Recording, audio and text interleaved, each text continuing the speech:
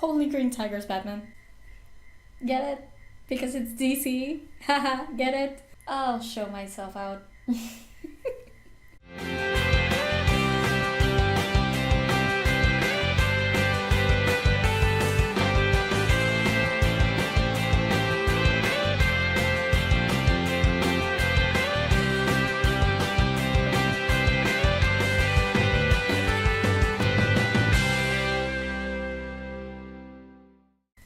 Hi everybody, Carla here again with another episode of my vlog Talks from Freaking Narnia.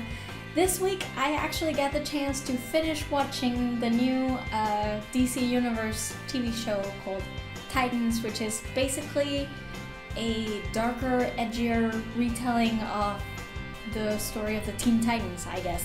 And I am actually a big fan of the Teen Titans. They're one of my favorite comic properties of all time. I'm generally more of a Marvel girl, like mostly, I guess, but I do like some DC properties, and the Teen Titans are basically my favorites. They're pretty much the only DC property that I've actually gone and read the comics for, because I enjoy the characters so much. I watched the entire animated series, I've watched the movies.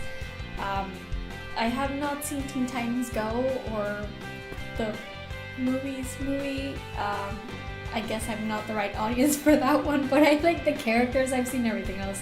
So yeah, when they announced that they were going to make a Titans show after a long time of back and forth and whether or not it was going to be on TNT and whatever, eventually they did decide to go forward with it, and they decided to make it for their new streaming platform, which is called DC Universe. Now, I don't subscribe to DC Universe.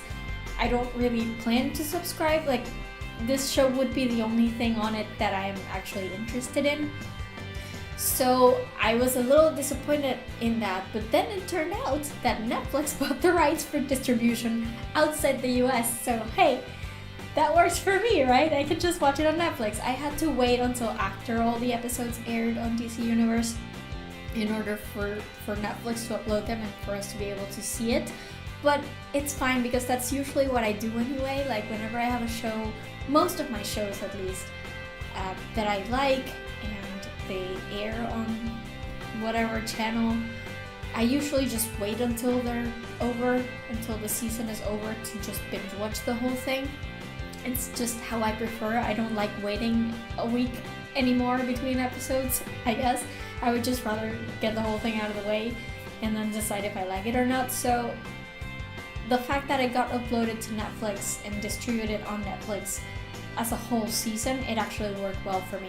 And you know, this series, it's had so many problems. If you've seen my video about the Comic-Con trailer that they released, you will be able to see that I wasn't terribly thrilled with it.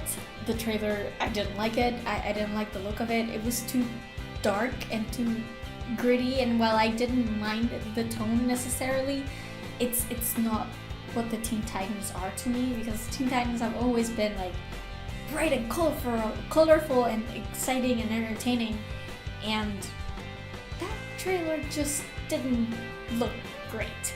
So I wasn't particularly excited. I didn't like a lot of the choices that they had made, and I mean, you can see it if you've seen that video. You can see it from my words. So I actually went into this with a little trepidation.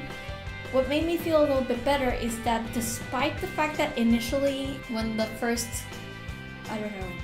6 or so episodes were distributed to like critics in order to review them, a lot of the really diehard DC fans just trashed on it. Like, so many people said that it was the worst thing they've ever seen, and that they ruined the Titans, and just this whole uproar. But then, when the actual critics that weren't necessarily the DC diehards actually got a hold of it and started reviewing it, it actually got pretty decent reviews. It wasn't like 100% or anything, but it got like something like an 84% on Rotten Tomatoes. That made me feel a little bit better, because I'm like, okay, this thing can't be that bad. It can't be absolutely unwatchable if 85% of the critics actually like it, more or less. I know that they don't have to love it in order to give it a fresh review, but they like it, it's watchable, I guess. So that made me feel a little bit better. And I decided it's on Netflix, it's free, and it's the Teen Titans, so I'm gonna give it a shot. I love watching characters I love on the big screen, or in this case on my TV screen. So, even if the adaptation isn't the greatest, I'm gonna watch it because I love those characters and I want to see them adapted, just like I have with a million other franchises and comic book franchises and book franchises and just tons of adaptations that I've already seen that haven't been the greatest, but they're my characters and I love them, so I have a special place in my heart for the adaptation as well. So I thought, yeah, I'll give it a try. I didn't actually get to watch the whole thing until now because this premiered, in October or something, but like I said in my last video, stuff started happening really fast and I didn't really get a lot of time to watch TV, so I'm only just now starting to go through my to-watch list, and Titans was on last week, so I started watching all the episodes. And I have to say, okay, just as a warning. Well, first, there will be spoilers. I'm reviewing the entire season, so of course there will be spoilers. Danger, Will Robinson! Danger! No, Will Robinson! Danger! If you haven't seen it, go to Netflix or go to DC Universe if you're in the US and watch it, and then come back and look at this video and tell me if you agree with me or not in my opinions. So there's that. But also, I do have to warn you, I'm going to sound like I'm hating on this thing, really bad, because I have a lot of negative things to say about it, but I just want to say off the top that I did like it. I did enjoy it. I'm going to watch season 2. I think this show deserves the praise that it got from the critics and the criticisms that it got from the critics. I think there are good and bad things, sure, and the bad things can be made better. It's not completely, awful. It's not unwatchable. It's actually really enjoyable once you get to it. But I do think they have a lot of things that they have to make better, and I'm gonna point them out because that's what you do in a review, right? So if it starts to sound like I'm just being super negative about this, just keep in mind that I did like it, and it's gonna make sense when I come to my conclusions, I guess. But I really did not hate it. I liked it a lot. I'm gonna watch season 2. So just off the top of the video, I want to say that before everybody comes in yelling at me for being a hater. I'm not, I liked it, okay? So yeah, that said, out of the way, I want to start with the production values and, the special effects and that kind of stuff. So the special effects were not great in general. I think the powers are the thing that stand out the most because that's what you use the most special effects on. So the first time that Kori used her powers in the club when she was killing the dude, it was actually really badass. It looked really good. It's the same shot that we saw in the trailer, but I really like that, the way it looks, the way she lights up. It's really cool. From that point on, though, it was a little hit and miss. There were some times that she would use her powers and it would be awesome, it would look great. There were other times that she would use her powers and she would look like a Christmas light bulb. You know what I mean? It was too abrupt, it stood out too much from the background, and it didn't look great. So, it's so when it comes to Kori, and I still don't understand. I mentioned this in my previous video when I talked about the trailer. I don't understand why they decided to make her powers literal fire. Starfire's power are not literal fire. They're star beams. That's the cool thing about her. But no, in the show they decided to make her powers actual fire, and I don't know why. It looks really uncontrollable. The star beams are very straightforward, they're just a beam of light that hits people. It's green. It's not even orange, it's green. And I don't know, it feels more controllable than the fire because, once you set something on fire, everything else goes up in a blaze. star blasts are more defined. You can aim them at people and at enemies, I guess. So I still don't understand why they changed that. I guess they just didn't want to make the star beams look like, I don't know, laser beams from like Star Wars or something. But hey, the laser beam effects have gotten so much better in the movies. Let's just say that. This isn't George Lucas in the 70s anymore. It's gotten better. So like, I don't understand that decision still. I don't see what the upside to changing it is, honestly. I did like that her skin lights up orange when she uses her powers. That was really cool. And I mean, we saw it in the trailer, but that's what I was thinking they were going to do, and I really like that. I don't mind that her skin isn't orange the entire time. I think it's fine. I think having orange skin would have looked a little ridiculous, to be honest, so I don't mind at all. I like that her skin is a normal human color for most of the time, and then when she uses her fire powers, she actually lights up, and that's cool. So I enjoy that. I thought that was really cool. As far as Gar goes, Green Tiger Gar never looked good. Never. Not even once. It always looked like a weird computer colored tiger that was just sort of pasted on everything. Every scene. It looked really weird, really bad, and just really cheap. And also the fact that he only transformed into a tiger, it's like, you know, you're totally showing your budget, or lack thereof, I guess. So, yeah, not good on that front. The only powers I really liked were Raven's. I thought her powers were really cool. The look of them was pretty excellent throughout the entire season.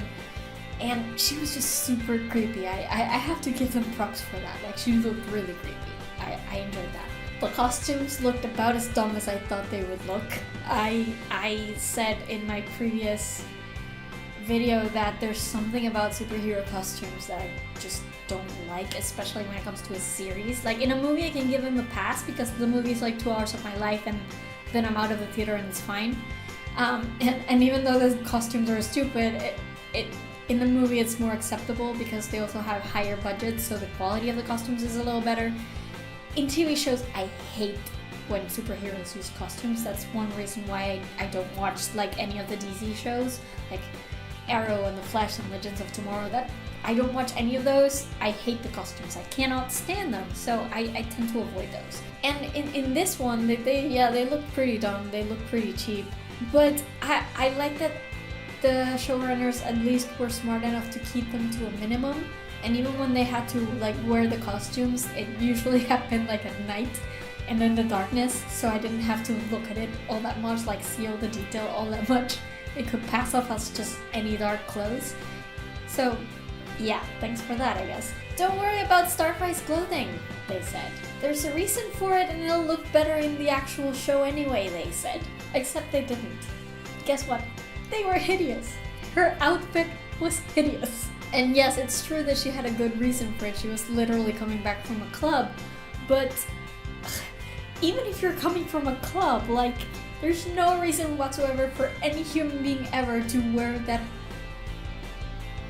horrendous coat. It's so awful looking. Plus, she wore it like 3/4 of the season, and the one time she changed out of it, she changed into like an equally hideous jumpsuit. And it's like, why? Why would you do that?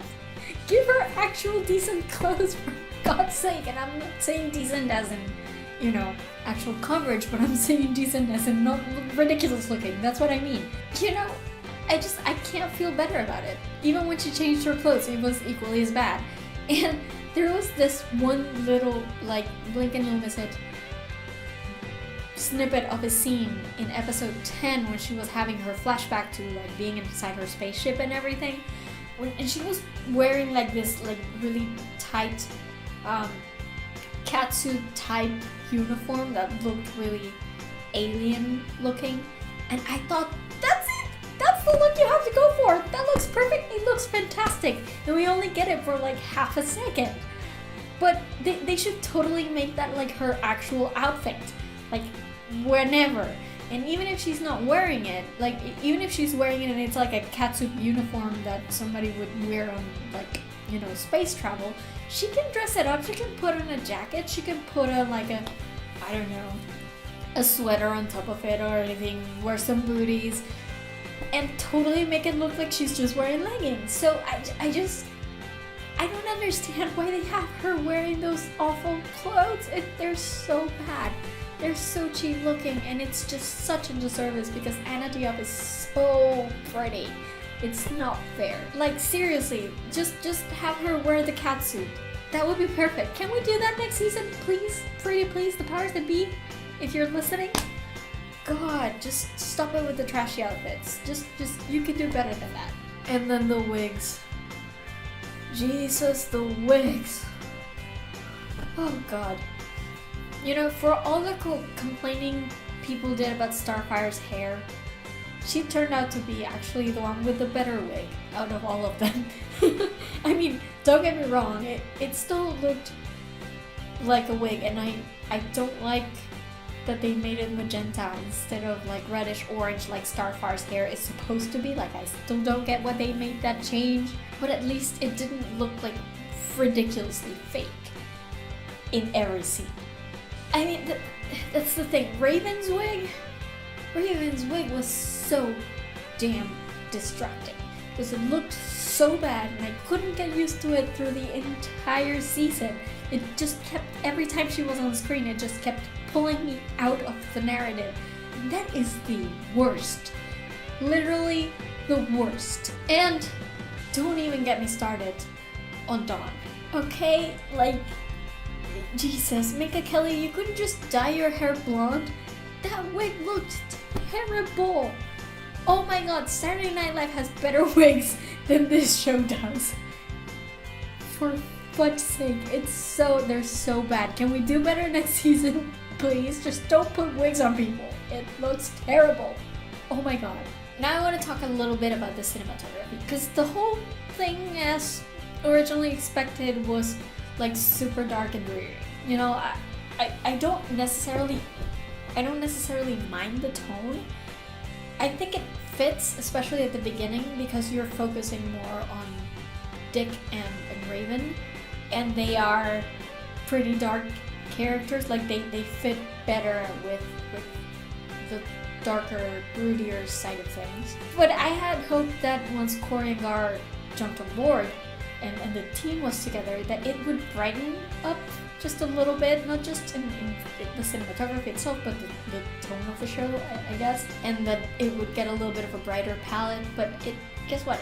It didn't change. It just stayed the same, you know, dark and dreary thing all over, and I don't like that. I feel like at some point in the middle episodes, I started to feel like I was watching an episode of Supernatural, or, you know, at least what I think an episode of Supernatural looks like, because I've never actually seen that show. Or, you know, like one of those flashbacks from the 1930s in like Cold Case. Remember that show? Yeah, the flashbacks were pretty, you know, standout in that show, and it looked like that. So yeah, I had hoped that it would have gotten a little bit brighter, a little bit more colorful, but it didn't, and that's kind of disappointing. Now let me touch a little on the pace, because I thought the first, I don't know, 4 or so episodes, the ones before the entire team comes together, were nearly unbearably slow. At least for me. Like, they put so much emphasis on the procedural aspects of the plot that I found it really boring for the most part. And, you know, having Raven go from like one side to the other ad nauseum, because she like tried every side. Seriously, she tried to run to everyone. It started to get repetitive after a while. Then came the Doom Patrol episode, which was okay. I liked it because we got a lot of Gar, and I love Gar. And it was interesting to see all the new characters. Like, it was supposed to be a backdoor pilot for the Doom Patrol show, and it was interesting to see these new characters. I've never read Doom Patrol. I don't know most of these characters at all, so it was good to see them. But it didn't really hook me. You know, I hear actually that the Doom Patrol show is actually pretty damn good. Like, people are really loving it. I just don't care. I don't care about these characters, so I'm not really interested in watching that show. So I probably won't bother with it. But I liked the episode for the most part. I wish they had used their powers a little bit more. Like, they have powers, right? Because it seemed like most of them didn't have powers. One of them was a robot. The other one was, you know, like wrapped up in bandages. And then there was Gar. And then Elasti-Woman, who didn't seem to do anything other than melt. So yeah, I'm not entirely sure what their powers are. I guess they have powers in the Doom Patrol show because I saw it in the trailer. They become superheroes, so I guess they must have some kind of power. But, you know, the episode was okay. I mean, the thing I liked about it is that it felt like a turning point. It changed for me from utterly boring in the first 4 episodes to, you know, actually this could get interesting after the Doom Patrol episode. So that was good. Now, once the full team came together, though, the 4 of them working together, everything changed for me. That's when I really started getting into this show. I love the chemistry between the 4 of them, and I think that them focusing on the greater plot rather than trying to find each other was much more interesting. It does bug me that even after they came together in episode 4 or 5, even after that, Dick still kept like going off on his own and doing like solo stuff, and that's really annoying because I'm like, I'm here to see the Teen Titans, damn it! Give me the team! But, you know, that was just, I love the interaction between the 4 of them. I think that's the heart of the show, and I think that's what I came here to see, basically. So I really enjoyed it, and it was definitely the best part of the show, and it made things go so much faster. So that slow pace that the first 4 or so episodes had, after they came together, it actually felt like stuff was happening. So that was good. So one exception to that, though, there's one episode in the second half of the season that I felt bothered me. And it's funny because, you know, I never really understood when people said that in Stranger Things 2 there was that one episode, the 11th century episode. The critics just bagged on it incessantly because they said it just completely altered the flow of the season, that it felt tacked on and stuff like that. And I never really understood that because I really loved that episode. I wanted to see what 11 was up to. I wanted to see how she was dealing while everybody else was, you know, trying to save the town once again. So I never really got it. But the funny thing is that I still love that episode, but I kind of understand now what they meant, like the critics. Because in this show, there's episode 9. It's titled Hank and Dawn. And that I felt the exact same way about that episode as most of the critics did about the 11th episode in Stranger Things 2. Here's the thing. I don't care about Hank and Dawn. Okay? I don't like them. I probably won't like them. I just don't care.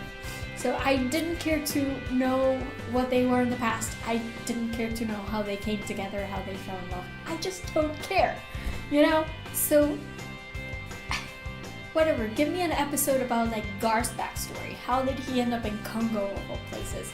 I would love that. I don't need to know anything about Hank and Dawn. Really, really don't. I don't care about them. So it's not a bad episode. I'm pretty sure a lot of people probably liked it. It felt unnecessary. They were building up to the climax, and that episode just sort of cut it right in the middle, and I didn't like it. Like, I would have rather have stuck with the actual Titans than with Hank and Dawn, who I don't really care about. Like, I just don't give a crap, I'm sorry. And now, to that point, actually, I heard somewhere that this season was supposed to be 12 episodes, but then when the show was renewed, they decided to maybe leave it at 11 and then have the 12th episode be like the first episode of season 2. I think that was a mistake. I mean, yes, it allowed for the whole thing to end up on a cliffhanger, and a pretty hard one at that, but I think the show would have benefited more if the season had ended on a high note, on I don't know, maybe Dick finally admitting that the four of them are a team, are the Titans, you know? We never got to see that this season, and it's kind of annoying because I was looking forward to that, to them coming together as a team, and while it happened on paper, the name, like, it was never stated, like, we're a team now. And I would have liked to see that. It also kind of makes episode 9, the Hank and Dawn episode, even more unnecessary, because that episode sets up some kind of like super awesome comeback from the two of them, and that didn't actually end up happening. So it's like, why did we even have this episode at all if they weren't coming back, you know, at the climax? So it just makes it worse in hindsight, and I already didn't need any more reasons to not like that episode. So yeah, I didn't like it. Now let's talk about the plot lines.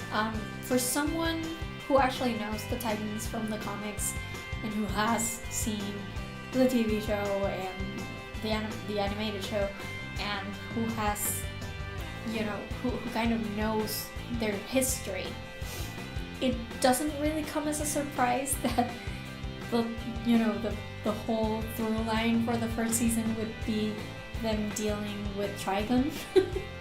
Like, I was probably expecting that. That's usually what you do when you want to bring Raven into your team. You have to deal with it at some point. But I think they did it well. I thought the nuclear family was pretty damn creepy. I think they did it very well. And the twist with Angela, I saw it coming, I guess. I mean, she's not evil in the comics, but I kind of saw it coming in this one. Like, it couldn't be that easy that her mom was still alive for some reason. So I saw that coming, but, you know, I liked it for the most part. It also helps that I really love Rachel Nichols. So yeah, that was good. I thought when Jason Todd came into the picture that the sidetrack with, you know, Dick going off with him to find the Zugos and everything would be too distracting, maybe even boring. It wasn't. You know, a lot of what I wanted to see when I went into the show was the transformation of Dick from Batman's sidekick Robin to his own superhero in Nightwing. I want to see that transition, right? And that involves dealing with his past and dealing with his relationship with Bruce, and, you know, walking out of the shadow of Batman to become his own person. So the Zuko subplot kind of went toward that side of the story, and I was actually glad to see it. So yeah, I like that, even though it seemed like a, you know, side story at the moment. Now let me talk about the acting and the characters. I quite liked their take on Dick Grayson. Of course, it helps that Brenton Thwaites is so pretty to look at. I just love him, he's so pretty. But I genuinely like what he did with the character. Again, I've always thought of Robin as more on the Batman side of things. I mean, I don't mean that because he's literally Batman's sidekick, but, like, you know, the darker, edgier, broodier side of the DC Comics universe, as opposed to the more bright, idealistic, optimistic side which you would have in, like, Superman and Wonder Woman, that kind of stuff. And Brenton Thwaites, he pulls off that side of Dick without making it unbearable. Like, yes, he seems serious and broody and dark, but you also kind of want to give him a hug. You know what I mean? Like, it's not like annoying, like, oh, you're so emo. No, he's genuinely dealing with things, and I like that. Like I said before, this really speaks to his transition from Robin to Nightwing, and I thought Brendan was, you know, warm enough that he also shows us how, even though he meant to initially stay detached because he had been so hurt with the Bruce thing. We don't yet know what happened exactly between them, but he just had to get away, on his own. And you can tell from the beginning with the whole partner thing and whatever, that it felt like he wanted to be detached from everyone. But you can tell because Brendan plays him so warmly at the same time as he's broody. You can tell that he's genuinely beginning to care about these guys. He cares a lot about Rachel.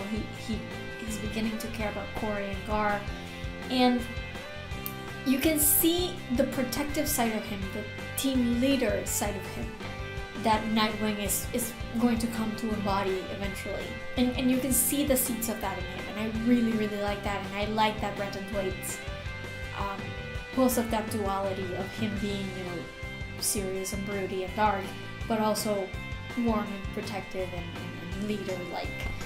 That was really, really well done. Now, when the casting for this show was announced, every racist out there had a problem with the casting choice for when they announced Anna Diop as Starfire. Everybody just the internet just sort of went nuts. And it's ridiculous because there's nothing wrong with her.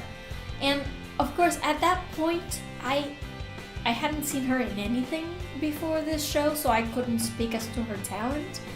But, I like to think that if the showrunners and the casting directors saw something in her that reminded them of Starfire, then I was willing to trust them on it. And yeah, I still feel like they made a good choice. I think Anna Diop is really great. She's a really great actress. She did some great things with the character. I love how she's being the tough one 1 second. She's the strongest of the group. She's gonna be the big, burly, intimidating one, even though she's a woman. And I kind of love that though. I love that switch. That what would normally be this big burly man, it's just this tiny woman, but she's the strongest, so she can pull it off. And she's doing that 1 second, but in the next second, you can actually see how she's beginning to care about these people that she's suddenly traveling with. She's beginning to care about Dick, and beginning to care about Rachel, and beginning to care about Gar. You can see that in her, that's something. She does that switch really, really well. So kudos to her for that. I think she's great. I think she was a great choice. The problem I have with Starfire in Titans, in the show, has nothing whatsoever to do with Anna Diop. I think she's great. It's all about the writing. It's just as much as Anna Diop did great with what she was given is just not Starfire. She doesn't feel like the Starfire I know and love. That's my biggest issue. It's got nothing to do with the wig, nothing to do with the clothes. I can actually manage to look past those. Even though they did bother me, I can look past those and do her performance, and I thought the performance itself was great. It's just the way they wrote her. Starfire for me was always the quintessential fish out of water type character. She's an alien. She doesn't know much about Earth and what humans do here and their traditions and their customs, and she doesn't know about that kind of stuff, so there's always something she tries to adapt. She tries really hard to be a good inhabitant of this planet, but there's always going to be something that pops up that she doesn't understand, and then she has to have her friends explain it to her and stuff, and that was part of the charm of Starfire. She was a fish out of water, and there's none of that in this show at all. I mean, the entire time she seemed perfectly acclimated to Earth. And also, Starfire is sweet and cheerful and energetic and outgoing and flirty and fun. And while she is a fierce warrior when it comes to fighting enemies, she's really, really into the fighting, she's not like that all the time. And that's what it felt to me Starfire had to be the big tough one all the time. That's not the dominant aspect of her personality though. And we didn't get to see enough of the other side of her for her to feel like Starfire. And yes, I know that a lot of the difference in the character had to do with the fact that she had no memories, so she couldn't remember anything, she couldn't remember who she was. I think that decision was a big disservice to the entire season, to the writing of the entire season. Because it didn't allow us to see the real Starfire. And, especially since she didn't even start to get her memories back until like the latter part of the season. Well, episode 10 or so, that's like so far into the season that we've lost so much time that we would have had with the real Starfire. It feels a little bit like we were robbed of who Starfire is. And I sincerely hope that in season 2 they can give us a little bit more of her fun, outgoing, bubbly side, rather than just this tough chick that has to put up a front so she can threaten information out of their enemies. I hope that they pull back a bit on the more serious, battle-hardened side and start showing us the Starfire that we know and love from the comics. The brighter, caring side of her. I don't know if they can. I feel like they've established her as this chick bruiser type trope character that I don't know if they can go back and make her like sweeter later on. I don't know. I don't know if we'll ever see Starfire be like bubbly. I don't know if they can do that, but I hope. I have my fingers crossed that we can get more of that come season 2. Now, I have very similar feelings about Raven, and I hate to say this, I really do. But in Raven's case, I just think it was bad casting. Now, don't get me wrong. I'm sure Tegan Croft is a lovely girl, and she's young and she has many, many years ahead to hone her craft. I just think she's too sweet, too doe-eyed to play Raven. Now, I understand that they wanted to emphasize her being, a scared, confused little kid on the run. I get it. I do get it. But even in the moments where she's like scared and afraid and just confused and not sure what to do, Raven has an edge to her. A sharpness to her that I just don't see in Tegan Croft. She's like too cute, too sweet, and I don't know. I don't feel like she's Raven. Like, where's that inclination to being deadpan and being sarcastic? There was none of that in this season of that. So I hope we get to see a little bit more of that in season 2 once the Trigon storyline is over and she can like relax and actually start being, something other than a scared little kid. But I doubt it because Tegan Croft is just so sweet and so cute and so more an adorable type of actress than Raven should have. And I feel like she was miscast. I hate to say it, but I could not get on board with Raven. I invite DC to absolutely change my mind come next season, but for the moment, that's where I'm standing. Ryan Potter, however, is freaking perfect casting, and Gar is the best fucking thing that happened to this goddamn show. Like, Gar has always been my favorite character out of the Teen Titans, and Ryan's take on Gar is pretty much like they plucked him right out of the comics. It's amazing. He's so good. Like, I don't even care if he's not all green all the time. I know that people are complaining. I don't care. I keep telling you guys he would have looked like friggin' Captain Planet. I just thought he was adorable. He was sweet. He was caring. He was fun. He was funny. And I love him, and I find it entirely disgraceful that he was the one who got the least amount of screen time and the one who got the least backstory. And I very much hope that they correct that woeful mistake in season 2. Thank you very much. Like I said before, I don't care one bit about Hank and Dawn, and I felt that there was entirely too much of them as it was. As a fan of Castle, I had way too much fun seeing Seamus Deaver playing Trigon. It was so much fun, like so perfect. Jason Todd was fun too. It was good to see a different take on Robin, and somebody who's way more reckless and who actually enjoys being Robin. That's part of it. I thought that was really cool. And I loved Donna Troy. Oh my god, she is so damn cool. They should make a spin-off about her instead. Like, I totally watch that. She is so great. Now let's talk about the shipping, because as a Robin Starfire shipper, I'm a little dumbfounded as to how they chose to have their relationship come about.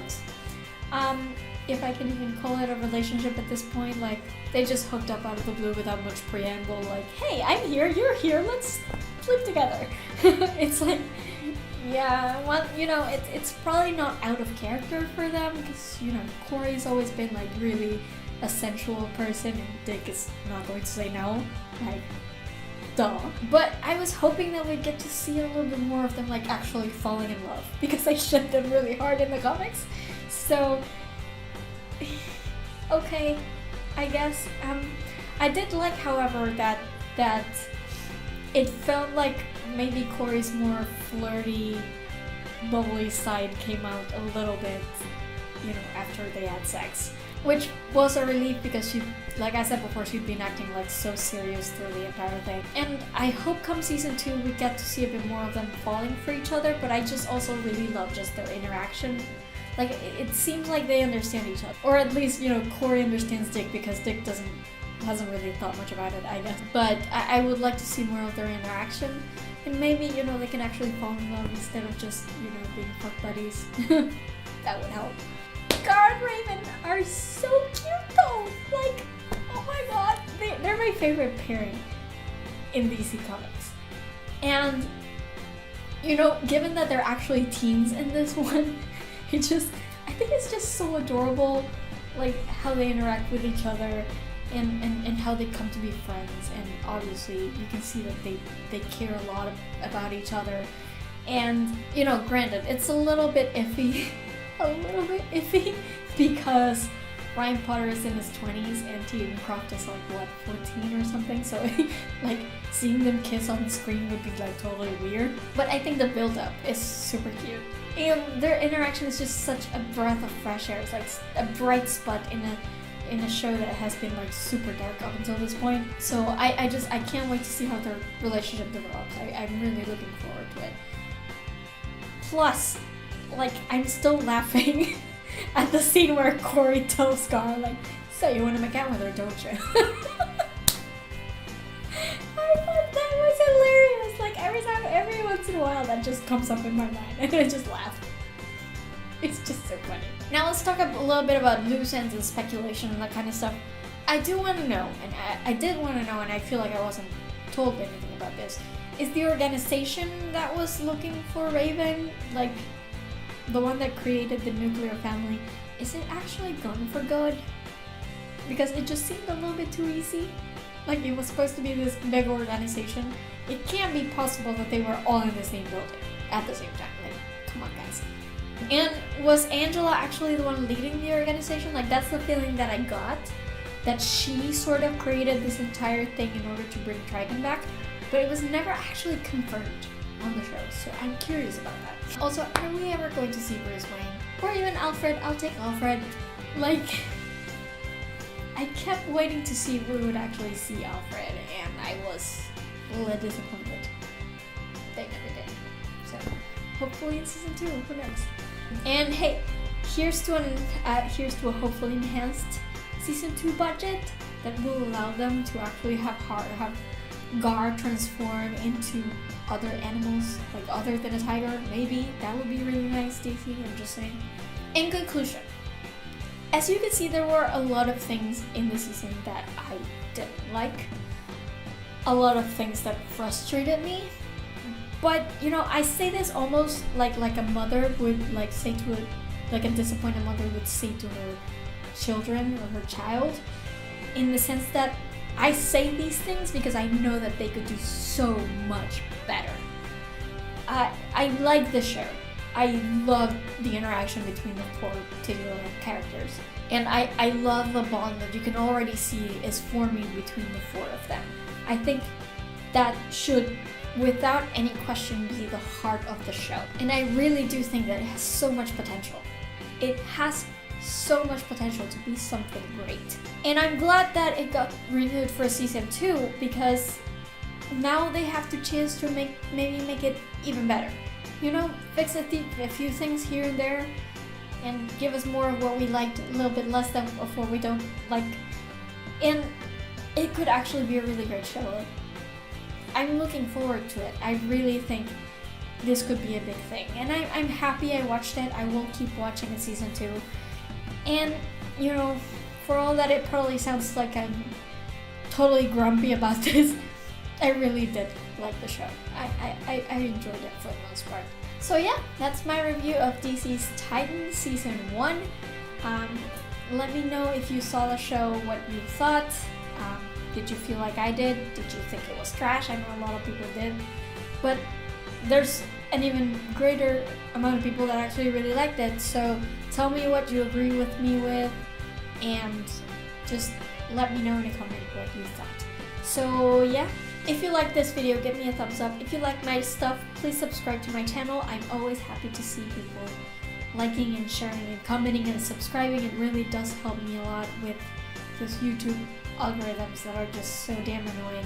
Remember that you can find me on social media. I am on Twitter and Instagram at girlsareweird with underscores between the words, and on Tumblr at girlsareweird with hyphens between the words. You can find a Facebook page for this blog at facebook.com/FreakingNarnia, and as usual, remember you can visit my main website at FreakingNarnia.com. All my videos are up there, so in case you want to go back and catch up to this last one, it's all uploaded there. You can watch it. Go right ahead. Also remember that I have a Redbubble store where I make art based on my favorite quotes from my favorite fandoms, and then you can use that art to print on different types of merchandise, such as, you know, t-shirts and coffee cups and computer covers. All kinds of neat stuff are up there, so be sure to visit and maybe purchase something if you're in the mood. It really does help me a lot. Also, you should know that I upload these videos in podcast form. You can just look for Talks from Freaking Narnia in all the major podcast platforms, and it should be there. I'm still going through my backlog of videos, transforming them to podcast form, so I only have like about 30 or 35 episodes uploaded, but I will get to it, I swear. In the meantime, if you want to get the episode in podcast form on the exact same date that I upload it to YouTube, then be sure to subscribe to my Patreon over at Freaking Narnia over there too. And with just $1, you will be able to get my episodes in podcast form on the same day that I upload them to YouTube. And there's also other fun things in there for you to check out, so be sure to stop by and subscribe. And yeah, I think that's all I had to say today. So I will see you guys next time with another talk from all the way in freaking Narnia. Bye! Like, blink and you'll miss it. Now let's talk about the plot lines. It also helps that I really love Rachel Nichols. She doesn't feel like the style of the... As for the rest, like I said before, I don't care one bit. Like I said before, I don't care one bit about Hank and Doe.